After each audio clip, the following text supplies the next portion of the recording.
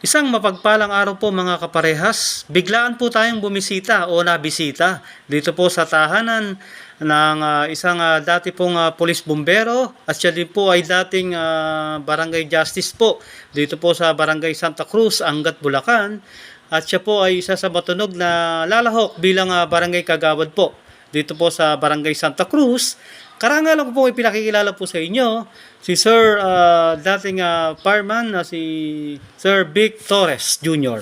Good morning po, Sir. Kumusta na po ba kayo? Okay lang po. Magandang umaga po, Barangay Santa Cruz. Ako po si Vic Torres na gustong pagpatuloy ang paglilingkod bilang isang kagawad sa barangay na ito.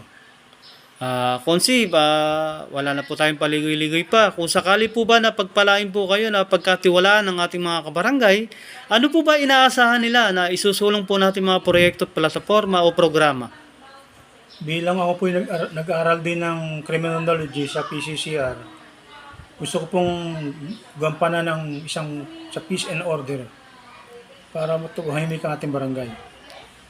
Baga po meron pong sa pinag-aralan nyo po, meron siyang connected, dahil kayo po ay dating nakagraduate po kayong criminology, po? Hindi, 2 taon lang po ako. Pero graduate po ako ng BSBA. BSBA. Bachelor of Science Business Administration. Business Administration. Opo. Naging board of director din po ako sa Angat, Bulacan Eagle Club. Ito po ay aming samahan na kung saan ang aming hangad ay tumulong sa mga nangangailangan na wala kaming hinahangad na kapalit. Yun lang po. Kung nanonood po ba ngayon ang ating mga mahal na kabarangay dito po sa Santa Cruz, ano po ba ang mensahe nating nais parating para po sa kanila? Sa mga taga-barangay Santa Cruz, kung ako po ay maluluklok bilang kagawad, asahan niyo po na gagampanan ko ang aking tungkulin. At lahat ng kaya kong gawin ay aking tutulong sa inyong lahat. Kayo po ba ay lumalahok sa pagka-barangay kagawad? Sino po ba yung inyo pong pinaka magiging kapitan po sa partido? Ako po ay napartido sa kay Engineer Sunny Trinidad.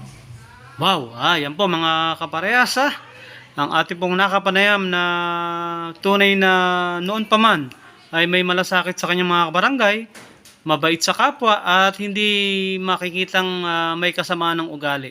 Ito pong taong ito ay sadyang malapit sa tao dahil sa kanyang kaugalian na mamamayan ng kanyang inuuna bago ang kanyang sarili sa abot ng kanyang makakaya.